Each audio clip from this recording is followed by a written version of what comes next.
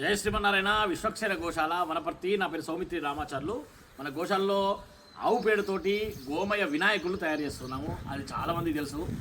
అయితే ఈ వినాయకుని గొప్పతనం ఏంటంటే, మనం మట్టి వినాయకుని అనుకోండి, ఒక వినాయకుడిని మాత్రమే పూజిస్తాం.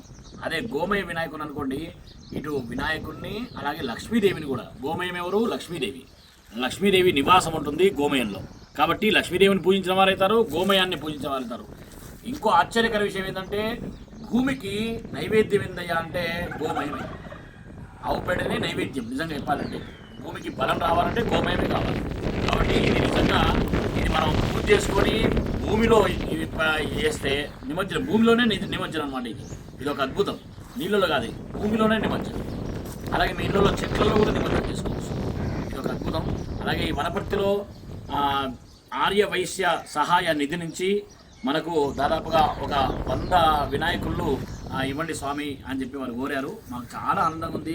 ఎందుకంటే ప్రోత్సాహం లేదు. ఇంకా మన గోమయాన్ని చాలా ప్రోత్సహించాలి అందరూ కూడా. కాబట్టి మనం సంక్రాంతి అప్పుడు గొబ్బెమ్మలు పెట్టుకుని లక్ష్మీదేవిని పూజిస్తాము. కాబట్టి ఇందులో మొహమాటం ఏం లేదు, తప్పనిసరిగా పూజించవచ్చు.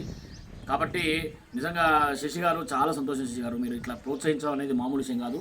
మీరు ఇచ్చే డబ్బులు కూడా గోవు పోషణానికి వస్తుంది. గోవు కూడా భోజనం చేస్తుంది. చూడండి, మళ్ళీ గోమేమే భూమికి వేస్తుంది. చూడండి ఎంత ఆశ్చర్యం. కాబట్టి అందరూ కూడా సహకరించండి. చాలా సంతోషం. ఆర్య వైశ్య సహాయ నిధి నుంచి మనకు వారి సభ్యులందరూ కూడా ఇలా చేయడం అనేది మామూలు విషయం కాదు. మీరు చేస్తున్నారు, 10 మంది తప్పకుండా చేస్తారు మళ్ళీ. చాలా సంతోషం. జయ శ్రీమన్నారాయణ.